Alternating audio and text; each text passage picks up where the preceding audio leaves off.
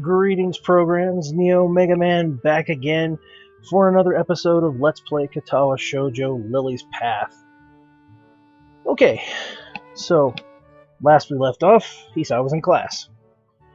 Without any further ado, let's continue. I feel very tired this morning, probably because yesterday itself was a very tiring day. No kidding, Hisai. On top of that, I woke up far earlier than necessary. After saying hi to Shizune and Misha, I start doing the work as instructed from the board. It already looks like today is going to be heavy. I don't have a problem with that now, though. Shizune and Misha might jump on me, trying to get an answer about whether or not I've decided to join student council, even if it's just one day.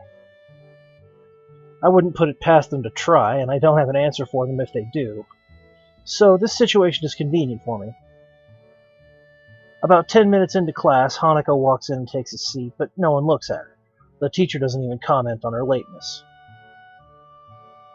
He does, however, stop us to say that we're going to break into groups again. I turn my head and see that Shizune and Misha are looking at me. Shizune gives me a smile that is equal parts cute and menacing. This is a smile that says, "We have you now. There is no escape." Hee-chan, it looks like we're together again. Yay, yay! Misha leans sideways while Shizune pushes her desk closer to mine. There really is no escape now unless I were to jump through the window. Jumping out the window isn't the best option, sadly.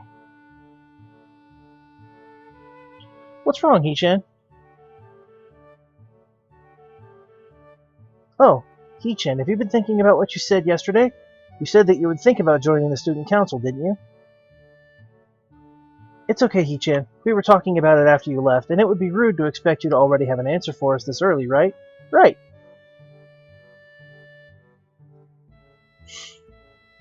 I'm so happy you two are able to have a laugh at my expense, and even more pleased to know that you both know how crazy the two of you can be.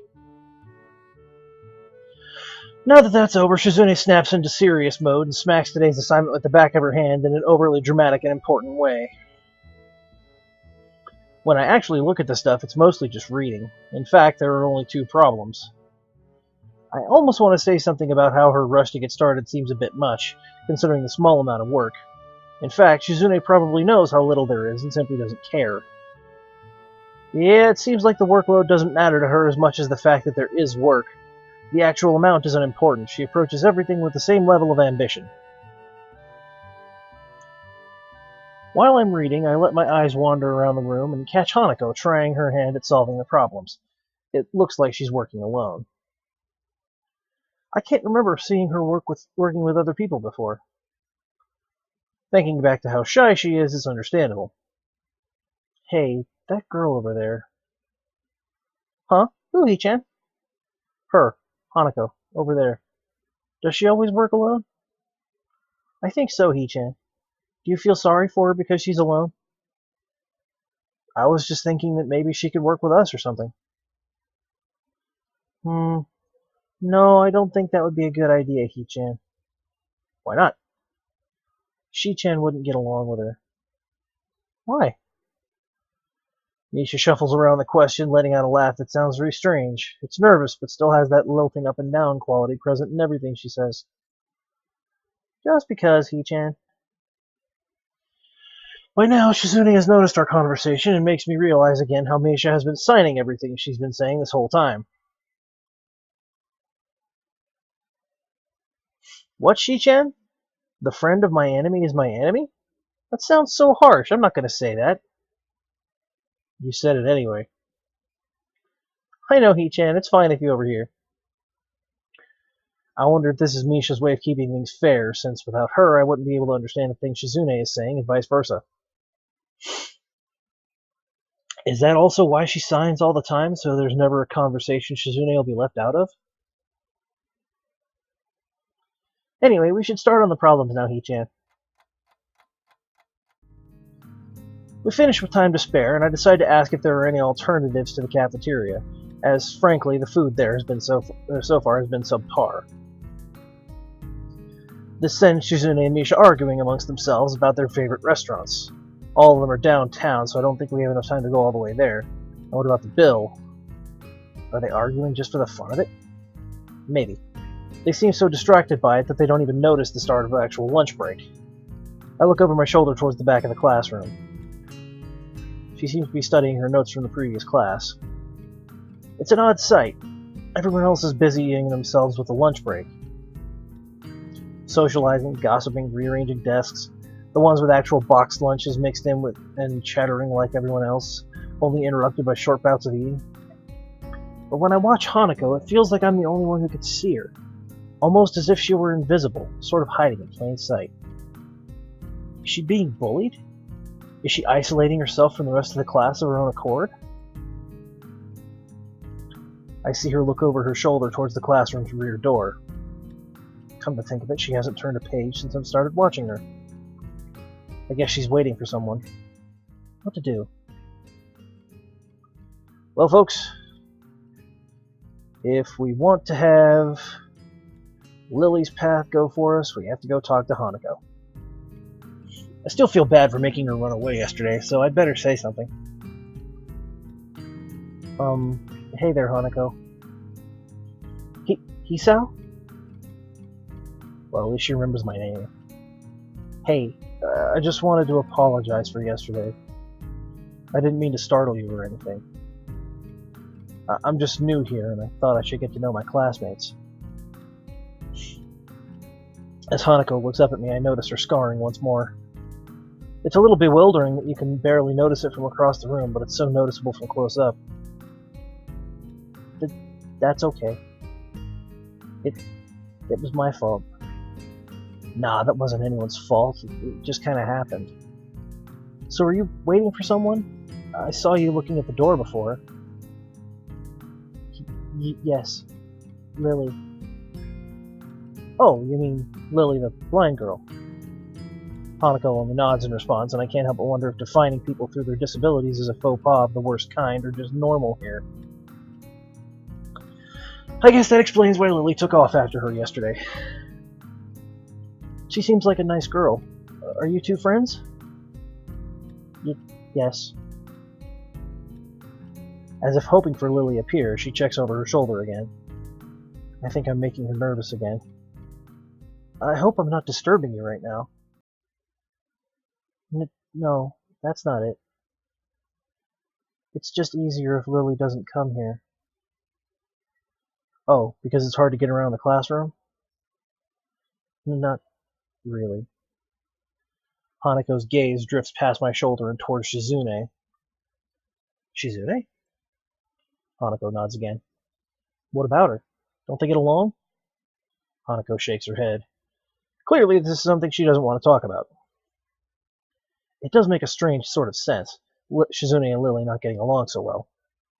Communication between the two would be all but impossible.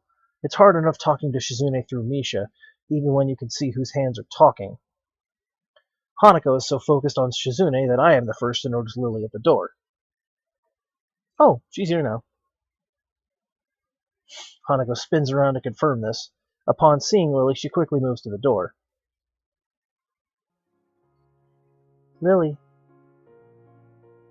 Ah, Hanako. Good morning. Is the president here? Yes. Hanako glances over her shoulder at Shizune again, as if to confirm she can't hear them, even though that's impossible. I suppose we'd best be off then. Lily's sigh and tone of what seems like frustration makes me raise an eyebrow. I guess there's some kind of enmity between the two. It's intriguing, but that's not really something I'd ask about. I'm sure if they wanted me to know, they would tell me. It's only my third day here. I should be trying to make friends, not finding out why people are enemies. Still, it's a little funny to find out that this school has little feuds, just like my old high school. Even if people are more tolerant of others, they're still going to get on each other's nerves. Hey, Lily. How are things? Sorry I made you run off yesterday. Oh my, is that Hisao? I didn't realize you were here. Seems that Lily is a little embarrassed about being so frank in front of me. Sorry, Lily. I thought you realized. No, it's alright, Hanako. Hisao, please don't worry about yesterday. It was just a misunderstanding. If You say so. I'm still working this place out. Well, then I think you'll find most people here a lot more forgiving than elsewhere. If you're feeling a little confused, please don't be afraid to ask questions. Sure, I'll remember that. Lily? Lily gives a small nod of acknowledgement. I'm sorry, Hisa, but we must be off. Hanako really doesn't look all that comfortable here right now, and Lily still seems a little bit embarrassed. I wonder if my apologies really made any impact. Mind if I accompany you two? I know I'm kind of pushing it, but Lily hums quietly, still smiling. I'm sure that we could accommodate you, can't we, Hanako? She looks at Lily, and then at me, then she freezes wide-eyed. Sure. Well then, shall we go? I'm sure Lily wouldn't do this so easily if she saw how scared Hanako looks, but it can't be helped now. Declining after the deal is sealed would only cause confusion and problems. So we leave, all three together. Lily walks beside the wall, letting her cane tap gently against it now and then. Hanako comes along right beside her, so close that she's practically half hugging her as they go. Although it must make her walking that much harder, Lily takes it in stride. As we turn around the corner of the hallway, something hits me in the chest with the force of a steam train. Hanako shrieks a little, and my vision briefly goes black. Ouch. Hi, Amy. Opening my eyes, I see a pair of saucer-like green eyes looking up at me. They belong to the perpetrator, a short girl who bumped into me and is now fallen down on the hallway floor. She wears a PE uniform and a very worried frown. The former strikes me as a rather strange thing to have on during a lunch break. More striking than that, though, is that she doesn't have legs. Or, she does, but they're not flesh and bone. Her pale and very much flesh and bone thighs end in shins and feet made of some black metallic or plastic-like material. They look disturbingly artificial and unnatural. It almost makes me forget that my chest hurts. The girl winces a little, rubs her nose, and jumps up. Oh man. Hey, are you alright? I'm sorry about that, really. I wasn't looking where I was going and you just came out of nowhere. Sorry. She's looking really apologetic in the hurt puppy kind of way of looking apologetic. I quickly forget about being angry or anything, since hurt puppies are my weak spot. It's okay. Don't worry about it. Ouch. Oop. I say that, but there's a stinging pain growing in my chest, and I know that this is about the biggest possible danger for my condition.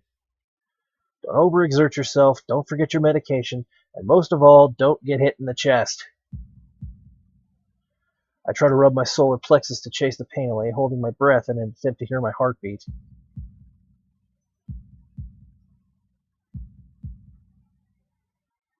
It seems normal. Hey, should I get a nurse? The worried, high-pitched voice of the girl snaps me out of it. I can't really do Amy's voice very well. I stare at her for a few seconds dumbfounded, until I realized that I probably looked worse off than I really was, doubled over myself and looking all tense. Damn, I'm overly worried about my heart. No need. I'm fine. Managing to say something in response, I pull myself upright, feeling my sore ribs one last time, and take a deep breath. She just knocked the wind out of me. Big time. But it's nothing more than that. You sure you're okay? I hit you pretty hard. It's okay. I said I was fine, and nothing's broken. No harm done. That's good. Hisa, what happened? She's not quite up to speed for obvious reasons, but she sounds very worried. More than what the situation deserves, really. Someone just bumped into me. Nothing serious. Just winded. Sorry. It's my fault. I was just going to get some stuff and I was in kind of a hurry. That someone here is Emmy, isn't it? The little girl coughs quietly and shuffles her plastic or metallic feet, looking down at them before saying anything. Hi, Lilly, Hanako. I guess the girls know each other. Do please try to be more careful. You might be sturdy enough to endure these sorts of accidents, but there are people who aren't. The girl blushes and starts to fidget nervously like a little child caught misbehaving. It's so cute, I find myself smiling. I know that. I was just... I gotta go. Teacher will have my head. I promised to help with the printouts, but I went running instead. Sorry, but I gotta change and everything. Shoom. Before any of us can say anything, Emmy has already bolted away, leaving the hallway eerily quiet. Does that kind of thing happen often around here? There are more rules in Yamaku than usual for running in corridors. But that rarely stops Emmy, it seems. She shakes her head weakly and offers a slight, composed smile. I don't think there's anything we can do to stop her, I'm afraid. Shall we be off then? Lily heads off along the hallway and Hanako hurries after her. The route to the room the two used for tea is fairly simple to retrace, being still fresh in my mind from yesterday. Lily and Hanako quickly go about the business of making lunch. Before I can even open my small bag of food, Lily's busying herself with the thermos and tea bags as Hanako is setting out both their lunch boxes. So, is this what you meant by coming here almost every day? Yes, Hanako and I usually have lunch here. It suits both of us, so we ended up using this room regularly.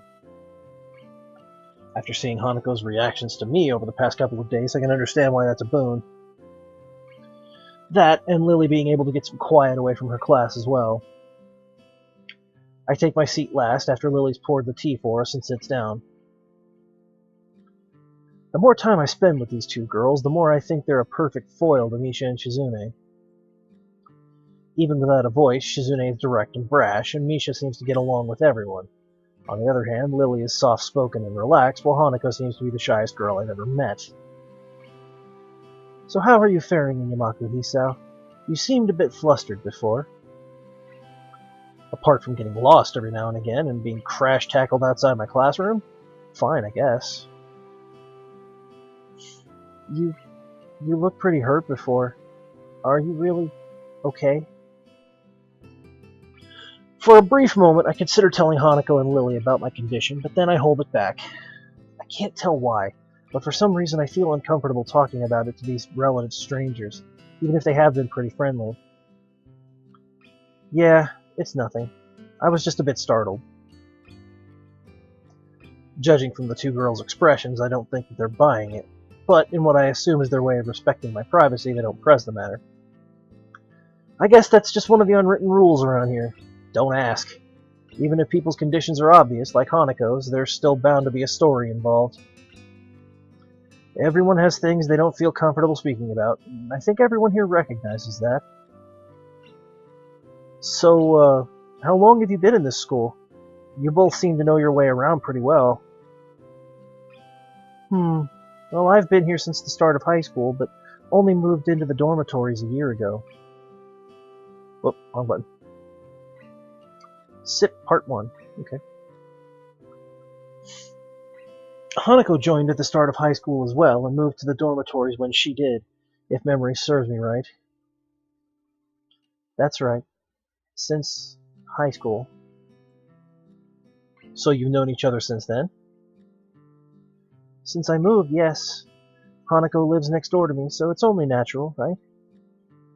Right. Yeah, of course. Living next to someone is probably reason enough to befriend them, though I'm guessing that Lily's blindness played a part in it as well. I can't imagine Hanako easily making friends with someone who has to deliberately avoid looking at her scars. With the immediate conversation dried up, we start to eat our lunch. It isn't long before the bells are signaling the end of the break. Like me, the girls pack up their lunches as efficiently as they set them out. I guess I'd better be off. Are you going to go with Hisao, Hanako? Hanako looks up at me, and for a second I can see that she's considering skipping class, maybe just to avoid walking to the classroom with me. Yes. I don't know what to think of it. Hanako really is delicate to the point of breaking if looked at in the wrong way. It makes me a bit nervous too, but I push the feeling aside, trying to be as natural as I can. We should hurry then. Class has already started by the sound of it. Lily gives a nod of farewell as she bends down to take her cane, Hanako and I filing out before her. We walk quickly down the empty halls to our respective classes. As we reach the door to Lily's 3-2 classroom, she turns towards me. Hisa, thank you for sharing lunch with us today. My pleasure, Lily. And with that, we part ways, Lily entering her classroom and leaving Hanako and I to make off to our own. She's still looking like she wants to run away. So do you really want to go back to class now? Yes. Okay then. I feel like I should say something more to her, but it's hard to come up with anything that would be appropriate and safe enough. And Lily was right. The more time we spend out here, the more explaining we have to do. I open the rear door to the class and walk in. The teacher looks up at me and opens his mouth to say something. However, as Hanako follows me in and closes the door, he simply nods to us and continues his lecture. This is the third time that Hanako has had her truancy practically ignored. There's definitely something going on here. We make our way to our seats.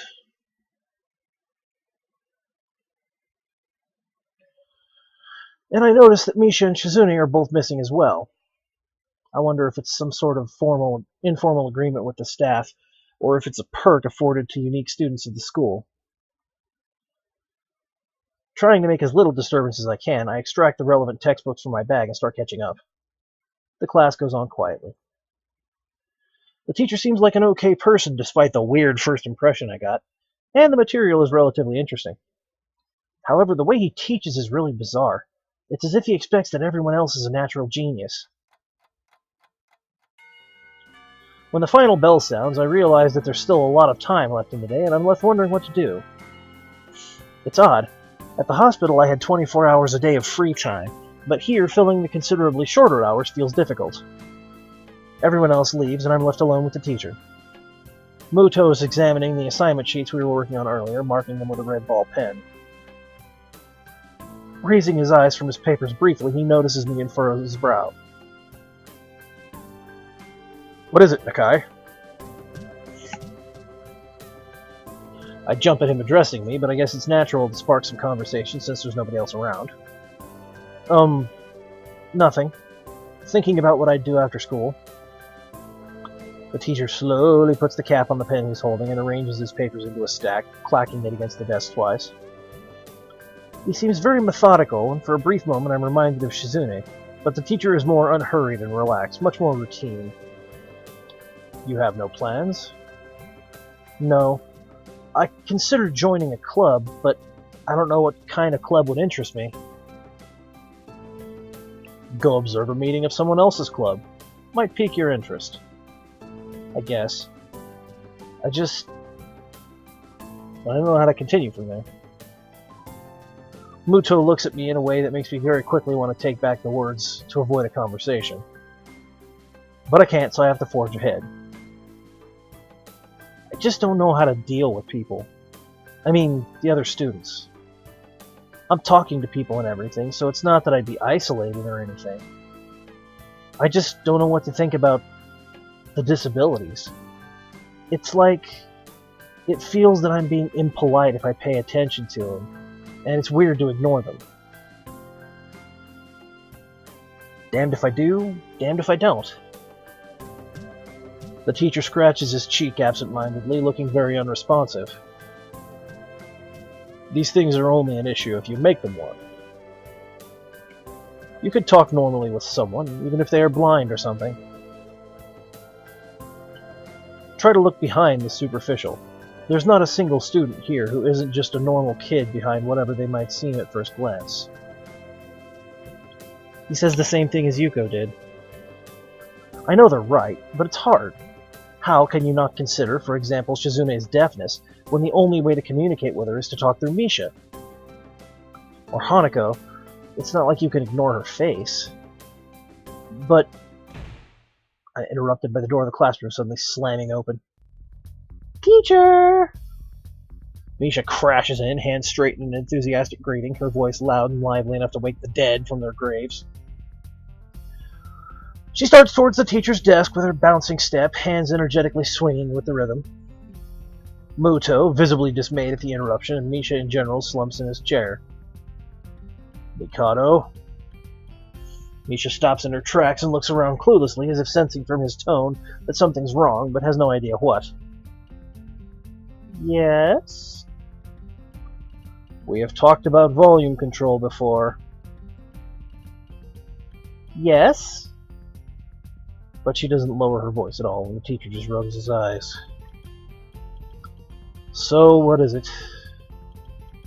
We need help. We're running out of supplies for the festival stands. This is a distress. She waves a pink slip of paper she's holding around.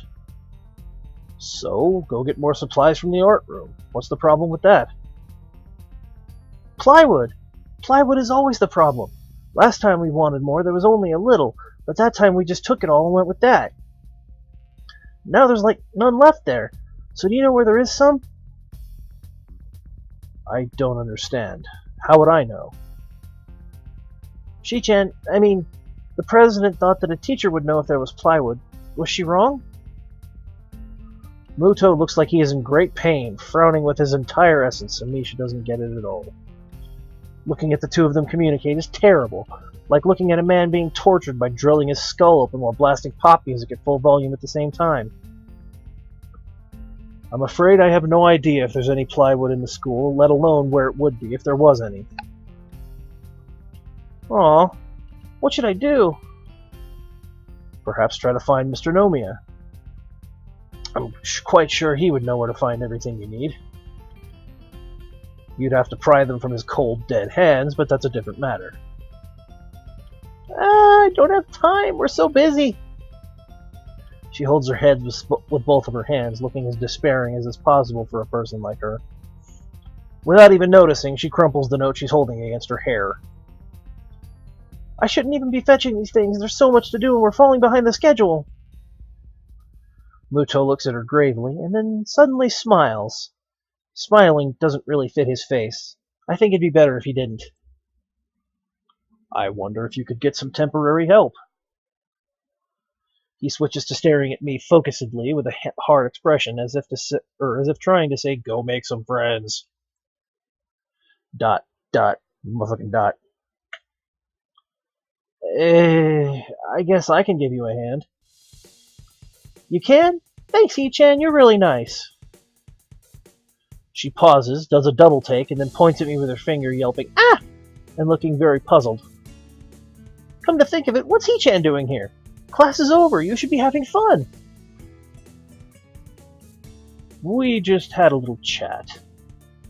Oh no, it's not detention, is it? Are you in trouble, Hichan? No, I'm not. Is Hichan in trouble, teacher? No, he's not. Muto sighs deeply, and I feel that I have to help Misha to get her off the teacher's back. So what do you need? Here's a list. I could try to find the plywood from somewhere else if there's none in the art room.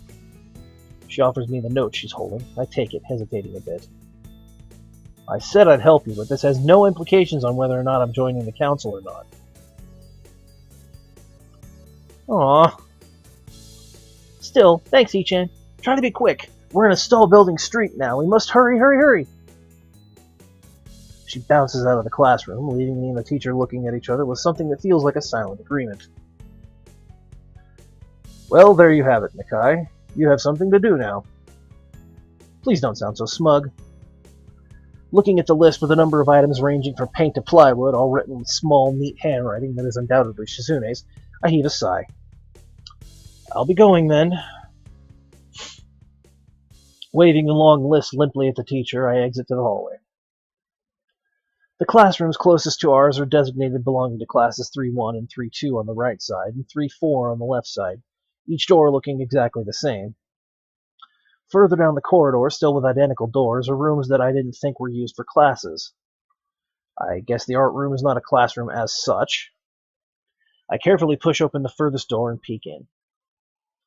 It's a classroom, but it seems rather badly kept or not in use. Am I in the right place? Desks and chairs are all around the room, a thin layer of dust settled on them. There are some easels in the corner, so at least this looks like the right place. The room is flushed in sunlight from the big windows, shadows creeping all over the desks. Specks of dust are dancing in the stagnant air, making the beams of light almost visible. Jokingly, I call into the empty room. Anybody home? Something catches my eye, and I stop mid-sentence. Sitting on a desk is a short-haired girl curiously wearing a boy's uniform with a fork between her toes and a morsel of food stuck firmly on the end. This odd way of dining seems to be caused by her apparent lack of hands, but her presence here is what takes me aback even more. How did I miss her before? She's sitting in a corner, very still, but still I somehow took her as part of the furnishing, or a statue at first glance.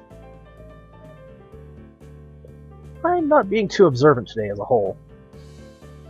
The girl seems to be frozen in place, staring at me with huge eyes like a rabbit in the headlights. She's staring at me, her mouth wide open, ready to accept the fork. I'm staring at her, my mouth wide open, suddenly remembering I didn't finish my sentence and trying to think if I should. The weird stalemate keeps us both stunned into silence, only punctuated by the wall clock ticking rhythmically. Hello. The girl stuffs the forkful in her mouth and is now staring at me expectantly while chewing. This is a bit awkward. Hello? I was told to pick up some supplies from here, for the festival stalls, I think. I didn't think there would be someone here. There isn't. That's why I came here, too. She picks up another forkful. Doesn't that mean you're here, then? She raises her eyebrows as if she was suspecting my observation was false. You're pretty observant. I guess it does. But who are you? This girl's pretty straightforward, isn't she? I'm Nakai. Hisao Nakai. I just transferred in on Monday. I'm Rin. Tezuka Rin. Rin Tezuka. I won't shake hands with you, but at least we know who we are now. That's very nice. Her deadpan manner of talking makes it hard to determine whether she's joking about shaking hands or not. It kind of bothers me. Joking about these matters doesn't feel appropriate at all. While I'm trying to figure out what's appropriate and whether this girl is, she seems to have lost interest in me, is now gazing back yearningly at her food. Can I continue my lunch? If you don't mind me, I won't mind you. If you need to get your stuff, the supplies are at the back. Go right ahead. But lunch? School's already over for the day. What word would you use then? There's no word for a meal you eat after lunch but before dinner, right? It bothers me very much too, but I don't really know what I should say. I don't think you're supposed to eat a meal between lunch and dinner to begin with. But I'm hungry now and my delicious boxed lunch would go to waste otherwise. I have curry. It's very delicious. With much decisiveness, Rin picks up the fork again between her toes with at least as much impoliteness. And she points it straight at me. So, Nakai, what brings you to this place? Like I said, I was told to look for these things. No, the school. From outside, you look fine. Is your problem inside? I come to a full stop, opening my mouth but not getting a word out. I can guess. I'm good at guessing. Better than most people. Rin cuts me off before I can answer her question or skirt around it somehow. I don't know which I would have done. I froze in front of this issue again. I haven't even told anyone here about my condition, or maybe it's only because it hasn't really come up. I do get the feeling that not making issues of this is part of the social code here, as the teacher said. I wonder if people here could relate. Probably not any better than any normal person could. I can't relate to Shizune's circumstances, or Lily's either. Naturally, while I go through this in my head, Rin keeps considering what my condition could be, with an overtly overtly contemplative look on her face. She puts the fork between her lips and leans back, looking at the ceiling as if the answer was written up there. A beam of light illuminates her face from the window side, creating a mask of dark shadow on the other side. I don't think it's anything in your head, and something in your guts would be boringly ordinary, like this lunch of mine, and less delicious. The problem must be in your pants. This messed up Sherlock Holmes kind of statement and the sheer lack of tact it was delivered with catches me completely off guard. I think I might have reeled back even physically as Rin's eyes widen in revelation and astonishment. So I was right. There's something wrong with your tackle, isn't there? Still partially in shock, but recognizing the need to reply something, I spit out the first thing I could think of. No!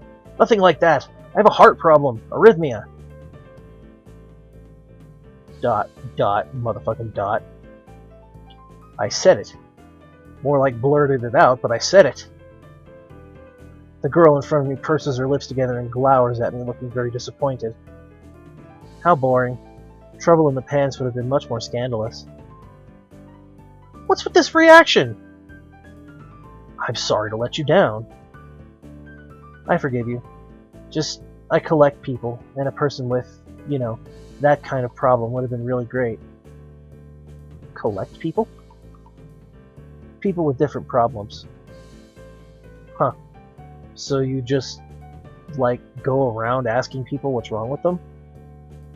Pretty much. I see. Motherfucking dot. With little left to say, Rin resumes her lunch and the conversation dies away, but I keep thinking about what was said. It's the first time I told anyone else about my condition. All the other people here have known about it already, or heard about it from someone else. Or didn't need to know about it, like every other student here so far. Should I have told it as a natural part of introductions? Is it expected of me? Hi, I'm Hisao, and I have a very serious heart condition. Is that how I'm supposed to go around introducing myself from now on? As if our disabilities would define us. What a disgusting thought. Or maybe this Tezuka girl just has an unnatural interest in such things. As I walk to the back of the room to pick up the items on Misha's list, a chance opens up to study Rin from the corner of my eye. Her hair is burnt auburn, almost orange, and cropped short. Long hair would probably be impossible with no arms. The boy's uniform and the lack of arms make her look very thin, almost scrawny. She's not particularly pretty, except for her murky green eyes, which flicker restlessly from below her short bangs, even when she eats.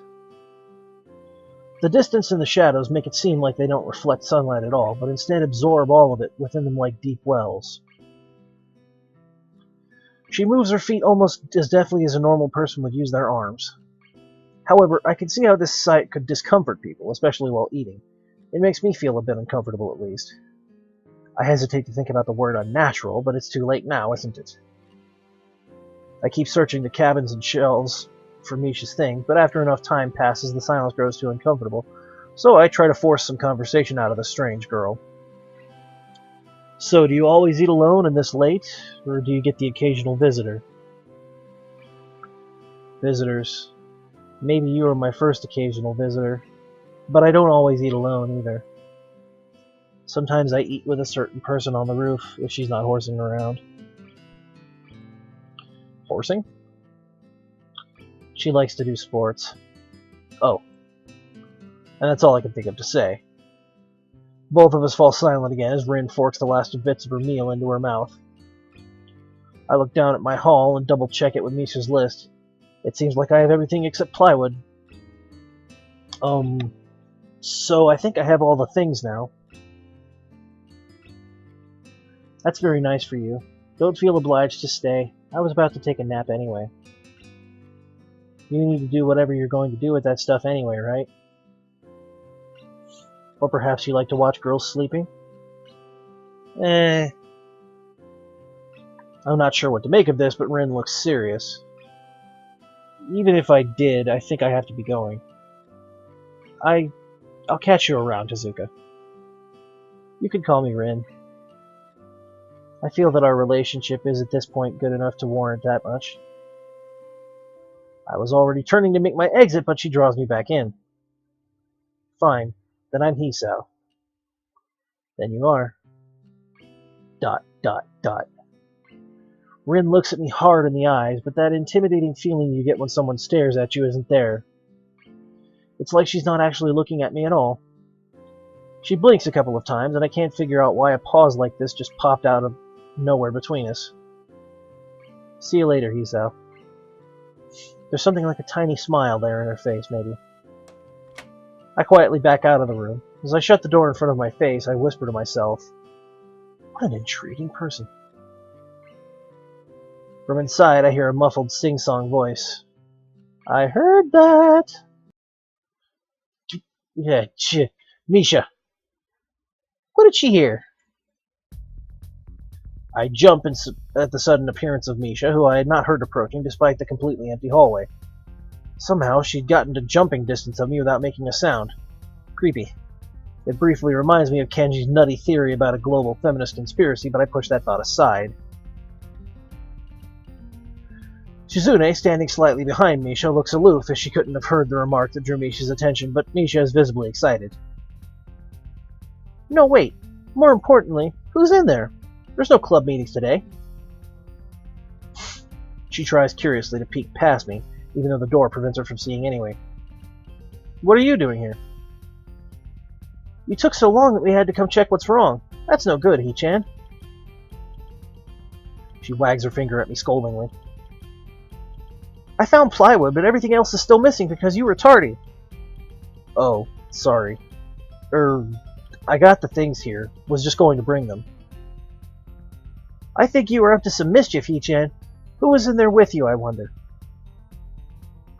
Misha signs something quickly to Shizune, pointing at her own ear a couple of times.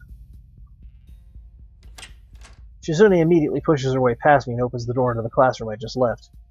I can only imagine the shock she's experiencing. With Shizune's diligence and attitude, the insolence of daring to deface school property by sleeping on top of it must be too much to bear.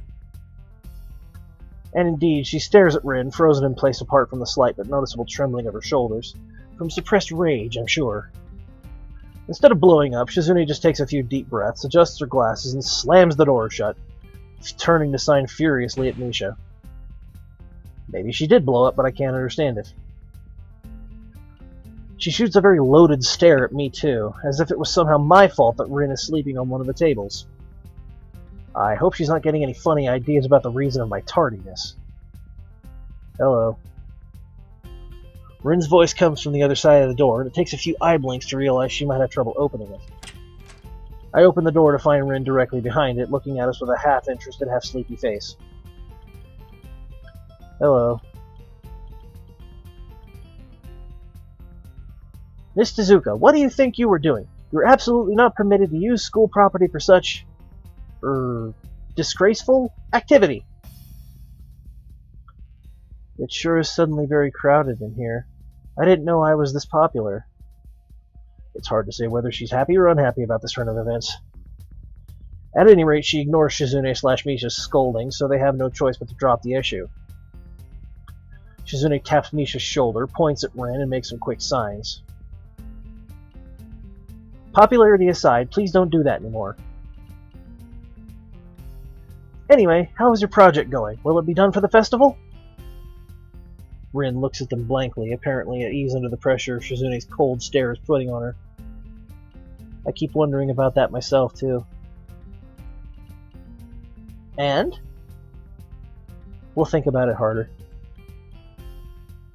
As Misha signs her reply to Shizune, her face turns into an unsatisfied frown. Miss Tezuka, please try to take this seriously. It'll be a disaster if the wall looks like someone threw up their lunch onto it.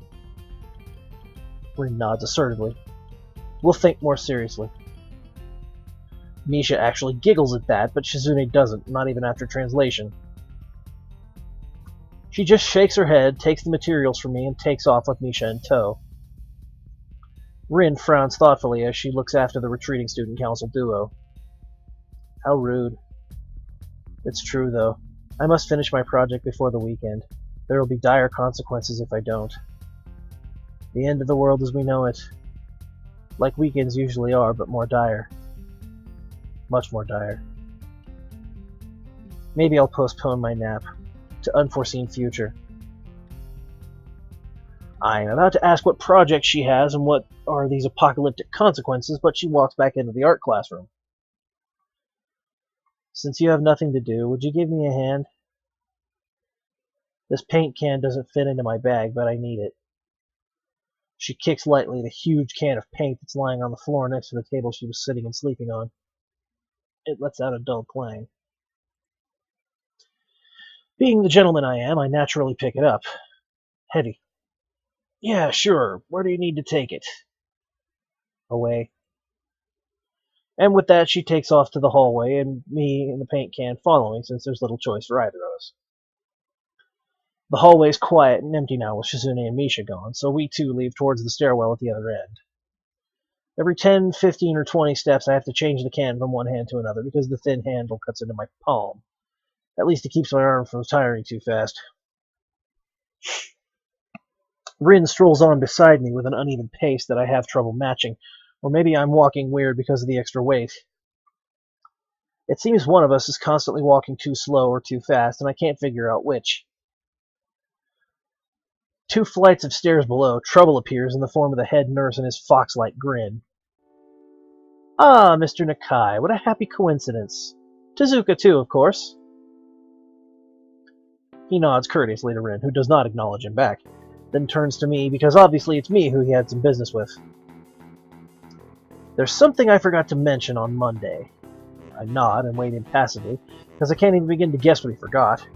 The feeling of the handle delving deeper into my skin doesn't make me feel enthusiastic about the interruption either. It's about your medications. Since you haven't been that long on your current medications, there might be some unexpected side effects, which might require adjusting dosages or even changing to another kind of medication.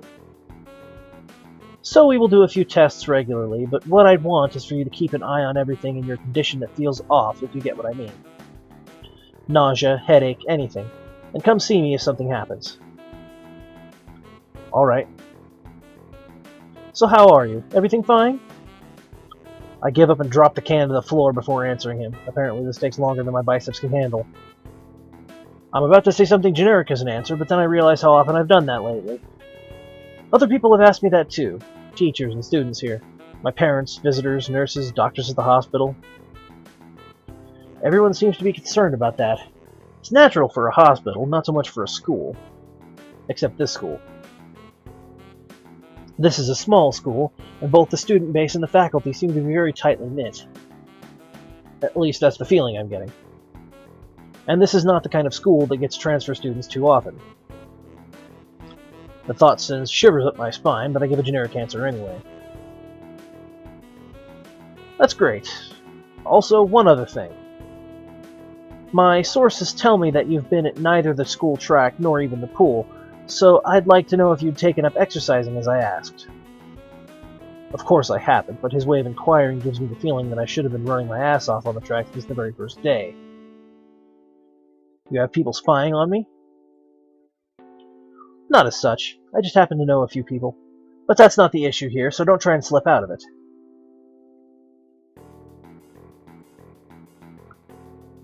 Well, I was actually just doing some improvised weightlifting as an exercise. I pick up and lift the can up and down a few times like some sad imitation of a bodybuilder, even though it's weighing down on my arms painfully. The stupid grin disappears from his face for a second, then comes back like it was never gone. Tezuka, would you give us a second? The nurse grabs me by my shoulder without waiting for Rin's permission, which he didn't need in the first place, and drags me aside. When I told you to exercise, I wasn't joking. I understand that you're still on your first week and all, but please don't ignore the importance of this. The reason I'm coming down this hard on you is that habits are not easy to form. The more you slip and postpone, the harder it'll be. It's the same with everything, like dieting. Can you promise me to be more serious about this from now on? Well, since I don't really want to go the long way towards Lily's path, we're going to have to give a non-committal answer. Maybe. No, I mean... He gives me a nasty sort of look when I say that, making me try to take back the word. I mean, I don't know. I'm still trying to get used to the school. I'll promise to try, though. You're not being very convincing there, Hiso. Tip number 1, medical professionals are not amused if you take their advice lightly. What's up with him? As if a day or two would make that much of a difference. It makes a difference, folks. I didn't do anything at the hospital either. Yeah, okay. Sorry. He studies me for a moment and then shrugs, smiling again. Okay, that's more like it. If you go to the school track tomorrow morning, you'll meet my spy, who probably has no qualms offering consultation if you want to jog a bit. Consultation? See you around. He leaves with a wave of his hand and no answer, and I walk to Rin, who's been waiting idly leaning against the hallway wall and staring at the pale lighting fixtures in the ceiling. Even when I approach, she doesn't move her eyes off of them. Are you getting medications for your heart thingy? Were you listening? It comes out more accusatory than I intended, accidentally lashing out on her. But even so, I don't really want to start talking about it. I just met her. I don't even know her. It's not her business. The nurse seems to be happily ignorant about confidentiality, too, talking about the kind of thing in public. But it's not Rin's fault, is it? I look up at her, suddenly feeling a bit guilty, but Rin is just staring past my shoulder quizzically, tilting her head like a bird's. Let's sigh. I don't know why this is so hard for me. It feels like there's some inexplicable lock that prevents me from being more upfront about this. Yeah, they're for my heart. Will they make you better? No, not really. They just make me a little less worse. Rin keeps looking at me for a while longer, and she neither says anything further nor displays any kind of emotion that I could discern. I'm thankful that she doesn't. I'm still not quite used to all this. At the hospital it was easy, but I still haven't sorted my feelings about having to live a normal life with this disability. We leave the main building, and Rin leads us onwards towards the dorm. We stop at the small patch of greenery in front of the dorm building. The dorm is built on slightly elevated ground, with a wall and a few trees that everyone has to circle around every time they come or go. It's probably the only inconvenient design at the school. The entire wall is made of the same kind of bricks as the building itself, has been covered with some sort of a painting. Most of it is still mere sketches, quick lines drawn with black and white against the gray plastering that covers almost the entire length of the wall, but some places look a bit more finished. There are human faces and legs and hands. I can't quite say what the painting as a whole might portray. Stacks of what seem to be paint cans are arranged in piles on the ground beside the wall. See, the left side is hardly off the ground yet. It's because I couldn't get in the mood yesterday, so I gave up and went to meditate instead. Then it was suddenly morning. I have to work on it, but the guys from art class are helping with the negative space and base surfaces wherever, which is a problem. It's easier to paint big areas if there are a lot of people with hands. The reach is better, and it's faster too. She goes on a tangent of a tangent, waving her little with her arm or whatever there actually is to demonstrate, even though I got the point already. The white cotton of her sleeve flaps around, and it makes me think it could look a little sadder than it does. But it makes me feel out of place, like almost every tangible reminder of the student base's special properties has for the past few days. This girl doesn't notice my dreary feelings, of course, or the fact that she lost me a while ago already and just keeps on blabbering. So that's why I'm trying to figure out if there's something I need to figure out, and then figure that out before it's too late and all hope is lost. Why would the hope be lost? Because paint has to be painted, and then it has to dry, and then it has to be painted over with another kind of paint. It takes time. She finally stops, apparently thinking that she made some kind of statement that makes sense. I think it's best to start from the top. So this is your project. You did this? Yes. Yes. All of it? Yes. Nice. But I suddenly stumble with my words, suddenly feeling like I've walked straight into the minefield of political incorrectness. It's okay, you can say it. I probably won't get mad. I blush really hard. I don't know what would be the right thing to say, if any. It feels that I'm way more sensitive than Rin is, though. This is really awkward. Don't you want to ask? How do you paint without hands? See, I'm an easy person to talk to, right? With my feet. That's a very rare sprite for Rin. She very rarely smiles like that. I almost guessed that already, but isn't that hard to do? You're good at guessing. Anyway, I don't think it is, but maybe I'm used to it by now. I can't get my mind around the fact that she could be an artist, but seeing how adept she was at using her feet to eat, I figure painting might not be a problem either. Neither of us has any more to add to the subject. The afternoon light works pretty well. I was afraid it would look too flat, but it's not like that after all. I think it's actually pretty interesting. I wanted to see what it looks like in dim light. Do you think it's flat? Well, paintings tend to be flat. Not like that flat. You know, flat. Like some people are. No substance. No meat where there should be some. I know a few girls who... Okay, I get it. But I couldn't really tell. I'm not that good with art. I can't name many artists or artistic terms. So I don't really have anything to say. Ren shrugs her shoulders at that, saying suit yourself without saying it, and looks up at the sky as if trying to look for something up there.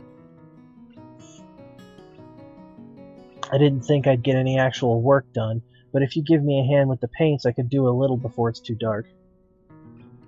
I wanted to get a halogen lamp like the ones they have at the sports track, but there aren't any. Rin sure is quick to recruit my help, as was Shizune. It really makes me feel that the festival is such a big project that every pair of hands is needed. Why not? I'm not really sure if I can be of any help, though. It's just mixing some paints. You can do that. Probably. Do you have motor control problems? Like, you know, those people who have some? Cerebral palsy, maybe? Not that I know of. I get it. Heart thingy has nothing to do with that. She gives me a sly look for no reason. No, it doesn't. Let's do it then. That could be taken so wrong. Anyway. So she sits on an empty wooden box and very naturally picks up a wide brush between the soles of her bare right foot. I open a few of the cans and pour some of the contents into shallow bowls for mixing. The thick paints flow lazily from the can to the bowl like syrup. I mix them, creating funny hypnotic-looking swirl patterns that melt very quickly into each other to form a new monotone hue. Rin sets to work, every now and then asking me for a hand with something or the other. Finding different brushes is easy enough, but mixing the paints to the exact tone this girl is apparently seeing in her head is a frustrating ordeal. She wants precision down to the last milliliter before she's satisfied, but her instructions are obscure at best. Add half a splash of green. I crouch down to pick up the can of bright green. The other green. This green. I carefully pour some of the other green paint into the mixing bowl. No, that's almost a whole splash. More white. Is green a good color to add? No idea. You're the artist here. A hint of a smile appears in the corners of her mouth. Do you lack an opinion? No, it's just that I have no idea. It's okay, because I just got an idea. Add more white. With this exclamation, I pour a minuscule amount of white into the bowl and mix it. It looks slightly whiter. That's not good. It has to be like the color when you wake up and you know you saw the meaning of life in your dream but can't remember it. Maybe it's yellow. Dot, motherfucking dot. Despite the impossibility of mixing a color like the change of seasons or any other nonsense that's being imposed on me, I find myself enjoying it more than I thought I would. Seeing a painting being born on the plastered wall feels like magic. I spend the moments I have between mixing paints crouching down on the paving and just looking at her work. It feels slightly intrusive at first, like breaking some imaginary intimacy, but Rin doesn't seem to mind the least bit. Maybe it's just in my head. Her entire presence emits a completely different air as she patiently works the details, adding layers of paint on top of other layers of paint, steadily moving her foot across the wall to add new shapes. When I manage to produce a passable mixture of paint, the rare smile on her face is oddly rewarding. Apart from the few words when discussing paint mixes, neither of us says a word for the longest time. Even those short discussions soon evolve into a shorthand, both of us developing and we using weird impromptu code words for various paints and hues. As if there was some need to conserve words and breath and sound.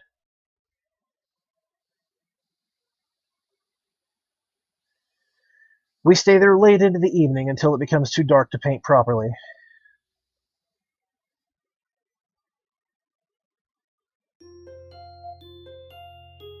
Well, again, that was a heck of a chapter.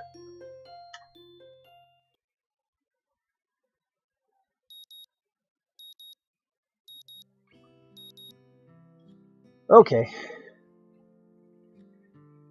Well, oh goodness, that was certainly something, eh, folks? Anyway,